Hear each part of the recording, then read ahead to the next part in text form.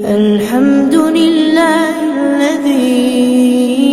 أنزل على عبده الكتاب ولم يجعل له عوجا قيما لينذر بأسا شديدا من لدنه ويبشر المؤمنين الذين يعملون الصالحات أن لهم أجرا حسنا ماكثين فيه أبدا وينذر الذين قالوا اتخذ الله ولدا ما لهم به من علم ولا لآبائهم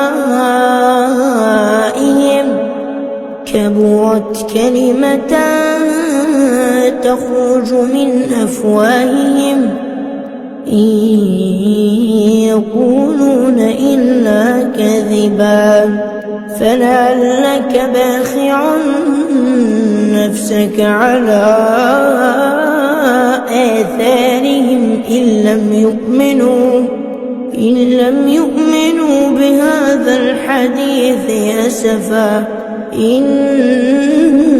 جعلنا ما على الأرض زينة لها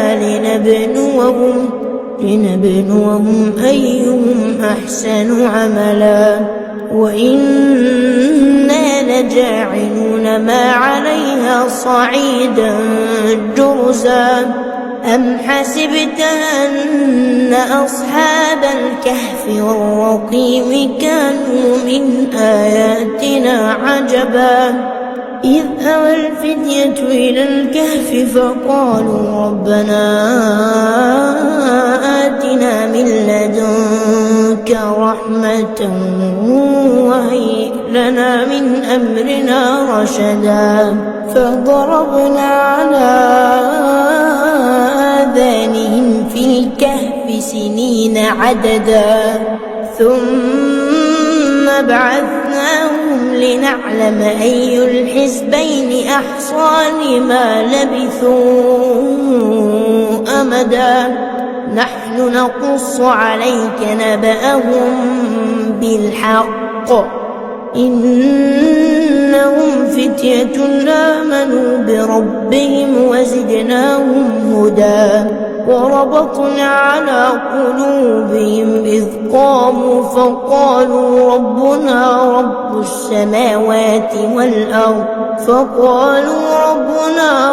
السماوات والأرض لن ندعو من دونه إلها لقد قلنا إذا شططا هؤلاء قوم اتخذوا من دونه آلهة لولا يأتون عليهم بسلطان بين فمن أظلم ممن افترى على الله كذبا وإذ اعتزلتموهم وما يعبدون إلا الله فأووا إلى الكهف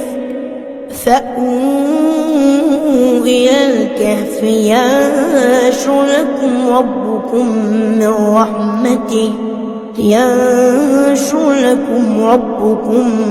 من رحمته ويهيئ لكم من أمركم مرفقا وترى الشمس إذا طلعت تزاور عن كهفهم ذات اليمين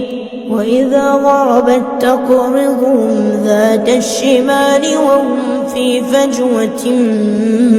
منه ذلك من آيات الله من يهد الله فهو المهتد ومن يضلل فلا تجد له وليا مرشدا وتحسبهم أيقاظا وهم رقود ونقلبهم ذات اليمين وذات الشمال وكلبهم باسط ذراعيه بالوصيد لو اطلعت عليهم لوليت منهم فرارا ولملئت منهم رعبا وكذلك بعثناهم ليتساءلوا بينهم قال قائل منهم كم لبثتم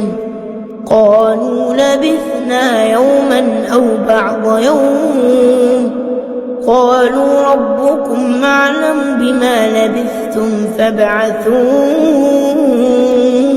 أحدكم بورقكم هذه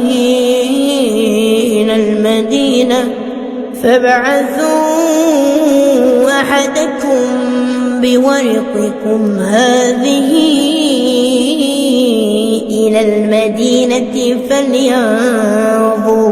فلينظر أيها أزكى طعاما فليأتكم برزق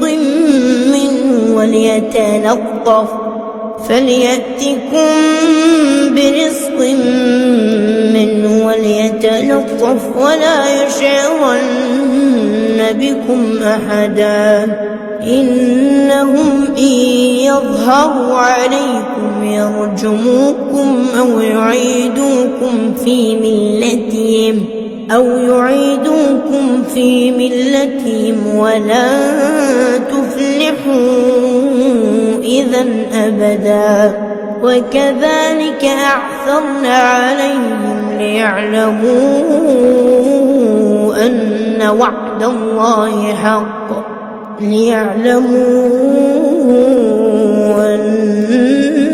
وعد الله حق وأن الساعة لا ريب فيها إذ يتنازعون بينهم أمرهم فقالوا ابنوا عليهم بنيانا ربهم أعلم بهم قال الذين غلبوا على أمرهم لنتخذن عليهم مسجدا سيقولون ثلاثة رابعهم كلبهم ويقولون خمسة سادسهم كلبهم رجما بالغيب ويقولون سبعة وثامنهم كلبهم قل ربي أعلم بعدتهم ما يعلمهم إلا قليل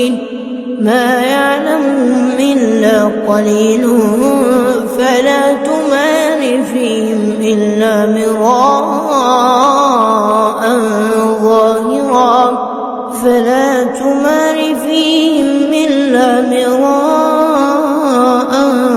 ظاهرا ولا تستفت فيهم منهم أحدا ولا تقولن لشيء إني فاعل ذلك غدا إلا أن يشاء الله واذكر ربك إذا نسيت وقل عسى أن يهديني ربي لأقرب من هذا رشدا ولبثوا في كهفهم 300 سنين وازدادوا 9 قل الله أعلم بما لبثوا له غيب السماوات والأرض أبصر به وأسمع ما لهم من دونه من ولي ولا يشرك في حكمه أحدا واتل ما أوحي إليك من كتاب ربك لا مبدل لكلماته ولا تجد من دونه ملتحدا واصبر نفسك مع الذين يدعون ربهم بالغداة والعشي يريدون وجهه ولا تعد عيناك عنهم تريد زينة الحياة الدنيا ولا تطع من أغفلنا قلبه عن ذكرنا واتبع هواه وكان أمره فرطا وقل الحق من ربكم فمن شاء فليؤمن ومن شاء فليكفر إنا أعتدنا للظالمين نارا أحاط بهم سرادقها وإن يستغيثوا يغاثوا بماء كالمهل يشوي الوجوه بئس الشراب وساءت مرتفقا إن الذين آمنوا وعملوا الصالحات إنا لا نضيع أجر من أحسن عملا أولئك لهم جنات عدن تجري من تحتهم الأنهار يحلون فيها من أساور من ذهب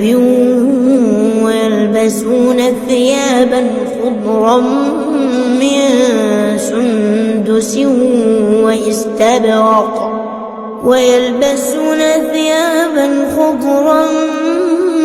من سندس واستبرق متكئين فيها على الأرائك نعم الثواب وحسنت مرتفقا واضرب لهم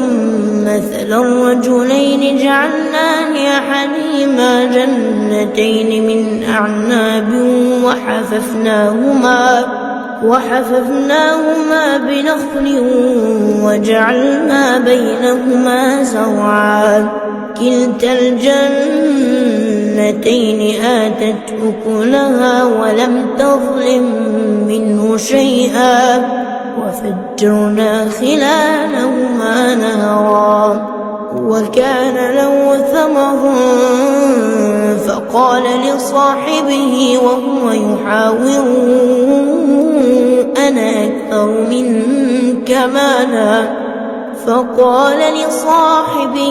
وهو يحاوره أنا أكثر منك مالا وأعز نفرا ودخل جنته وهو ظالم لنفسه قال ما أظن أن تبيد هذه أبدا وما أظن الساعة قائمة ولئن رددت إلى ربي لأجدن خيرا منها منقلبا قال له صاحبه وهو يحاوره أكفرت بالذي خلقك من تراب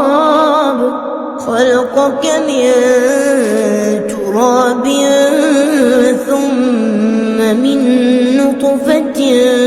ثم سواك رجلا لكن الله ربي ولا أشرك بربي أحدا ولولا إذ دخلت جنتك قلت ما شاء الله لا قوة إلا بالله إن ترني أنا أقل منك مالا وولدا فعسى ربي أن يؤتيني خيرا من جنتك ويرسل عليها حسبانا من السماء فتصبح صعيدا زلقا أو يصبح ماؤها غورا فلن تستطيع له طلبا وأحيط بثمره فأصبح يقلب كفيه على ما أنفق فيها وهي خاوية على عروشها ويقول يا ليتني لم أشرك بربي أحدا ولم تكن له فئة ينصرونه من دون الله وما كان منتصرا هنالك الولاية لله الحق هو خير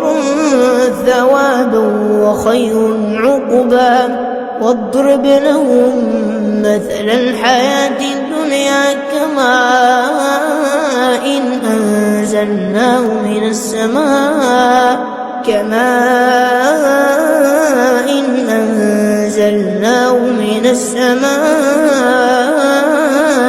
فاختلط به نبات الأرض فأصبح هشيما تذروه الرياح وكان الله على كل شيء مقتدرا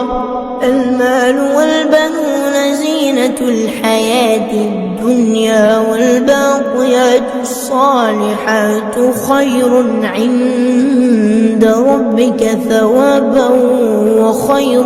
أملا ويوم نسير الجبال وترى الأرض بارزة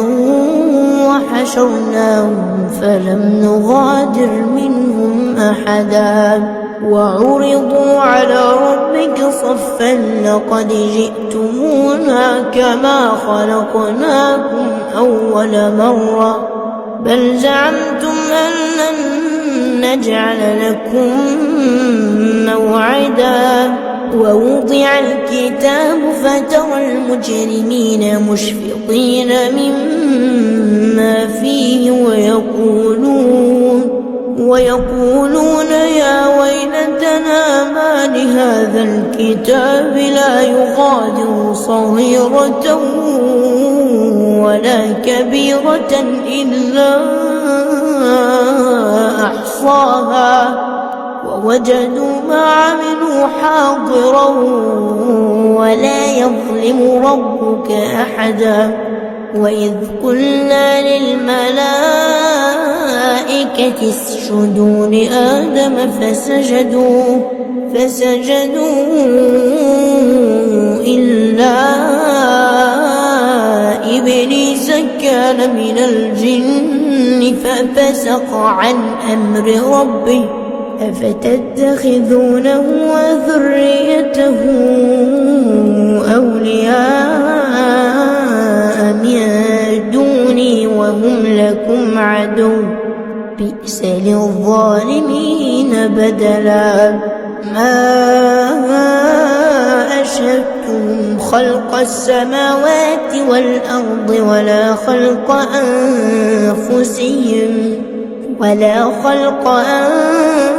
أنفسهم وما كنت متخذ المضلين عضدا ويوم يقول نادوا شركائي الذين زعمتم فدعوهم فلم يستجيبوا لهم وجعلنا بينهم موبقا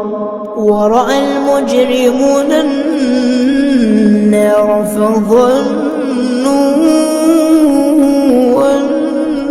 أنهم واقعوها ولم يجدوا عنها مصرفا ولقد صرفنا في هذا القرآن كل مثل وكان الإنسان أكثر شيء جدلا وما منع الناس أن يؤمنوا إذ جاءهم الهدى ويستغفروا ربهم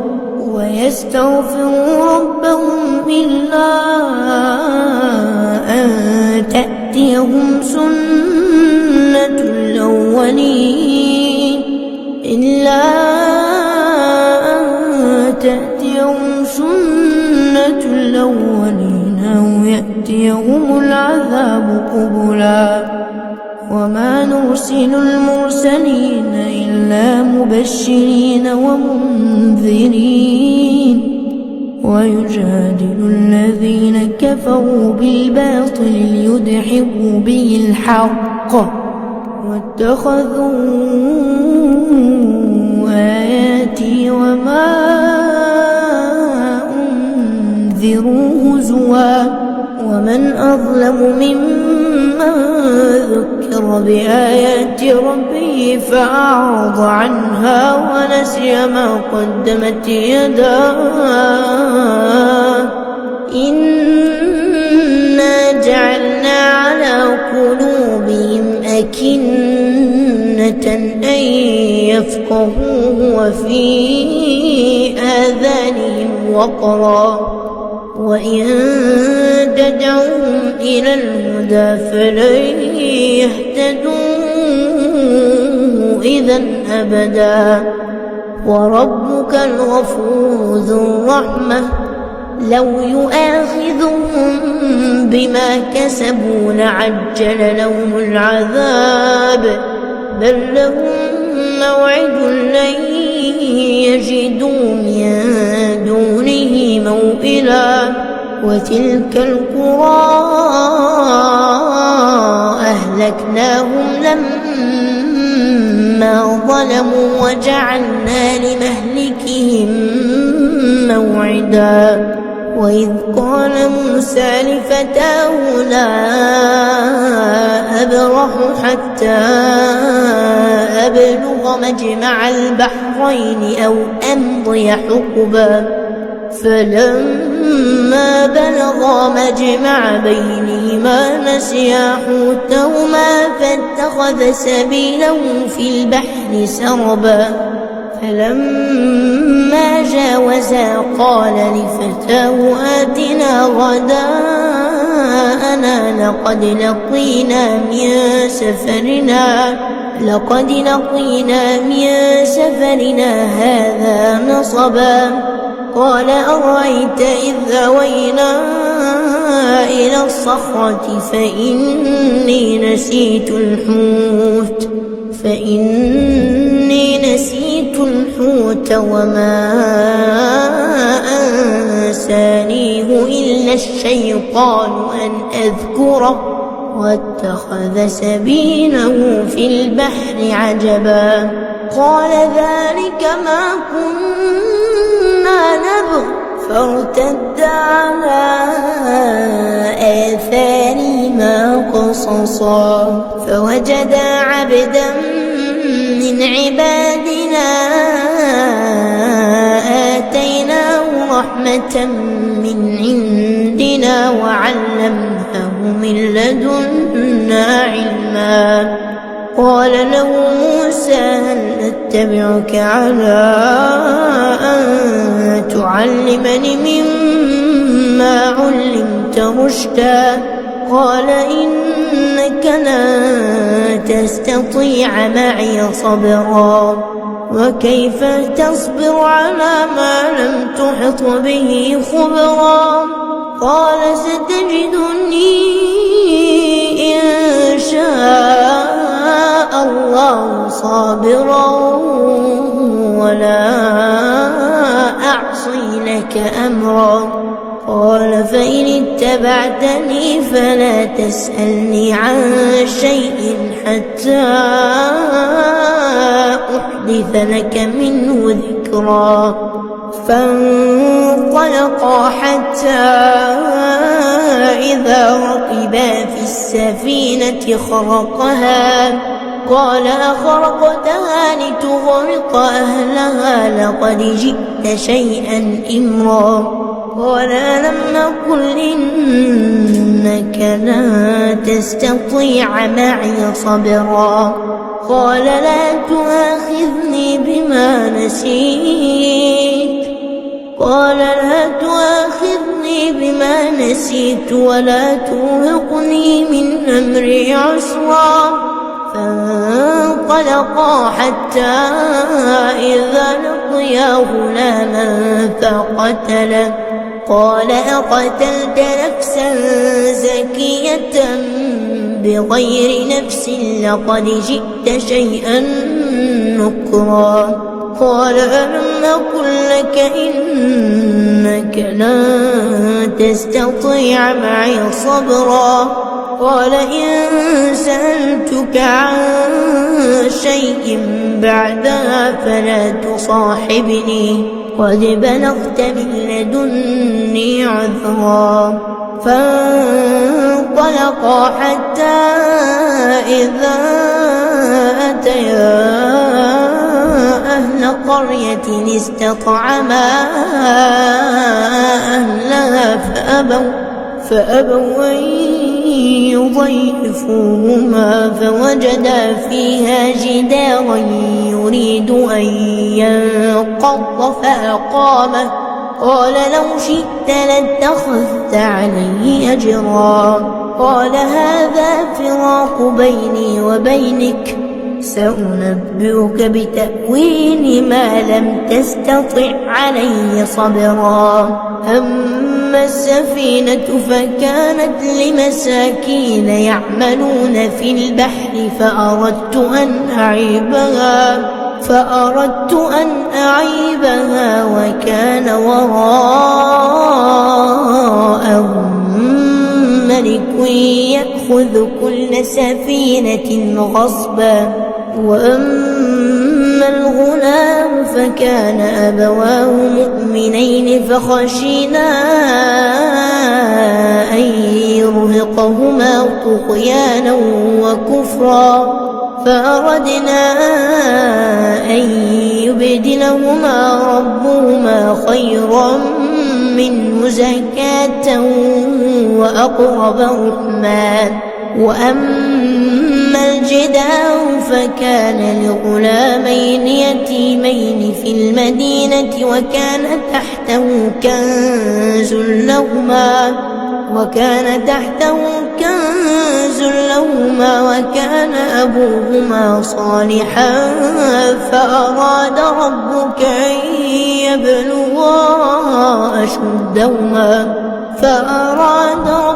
أن يبلغا أشدهما ويستخرجا كنزهما رحمة من ربك وما فعلته عن أمري ذلك تأويل ما لم تسطع عليه صبرا ويسألونك عن ذي القرنين قل سأتلو عليكم منه ذكرا إنا مكنا له في الأرض وآتيناه من كل شيء سببا فأتبع سببا حتى إذا بلغ مغرب الشمس وجدها تغرب في عين حمئة ووجد عندها قوما قلنا يا ذا القرنين إما أن تعذب وإما أن تتخذ فيهم حسنا قال أما من ظلم فسوف نعذبه ثم يرد إلى ربه فيعذبه عذابا نكرا وأما من آمن وعمل صالحا فله جزاء الحسنى وسنقول له من أمرنا يسرا ثم أتبع سببا حتى الشمس وجدها تطلع على قوم لم نجعل لهم من دونها سترا كذلك وقد أحطنا بما لديه خبرا ثم أتبع سببا حتى إذا بلغ بين السدين وجد من دونهما قوما لا يكادون يفقهون قولا قالوا يا ذا القرنين إن يأجوج ومأجوج مفسدون في الأرض فهل نجعل لك خرجا على أن تجعل بيننا وبينهم سدا قال ما مكني فيه ربي خير فاعينوني بقوة أجعل بينكم وبينهم ردما آتوني زبر الحديد حتى إذا ساوى بين الصدفين قال انفخوا حتى إذا جعله نارا قال آتوني أفرغ عليه قطرا فما استطاعوا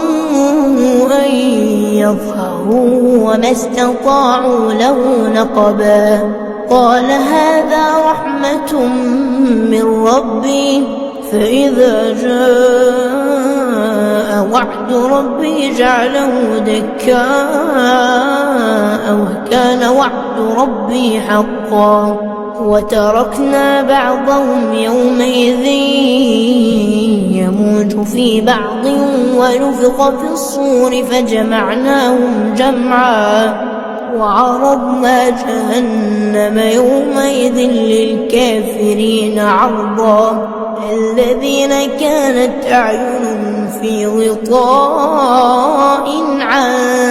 ذكري وكانوا لا يستطيعون سمعا أفحسب الذين كفروا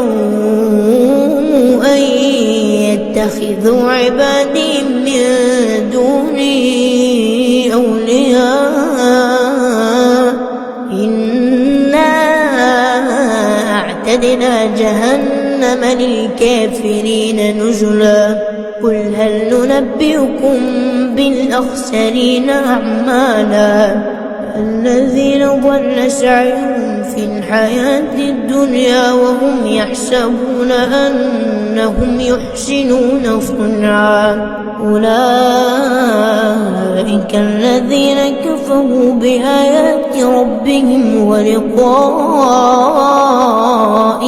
فحبطت أعمالهم فلا نقيم لهم يوم القيامة وزنا ذلك جزاؤهم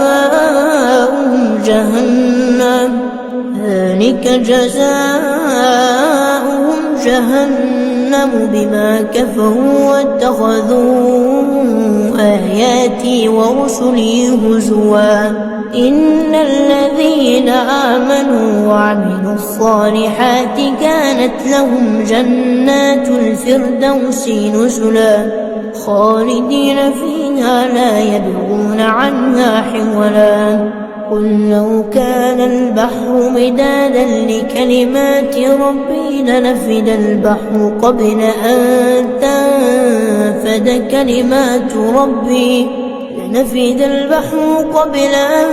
تنفد كلمات ربي ولو جئنا بمثله مددا قل إنما أنا بشر مثلكم يوحى إلي أنما إلهكم إله واحد فمن كان يرجو لقاء ربه فليعمل عملا صالحا ولا يشرك بعبادة ربه أحدا.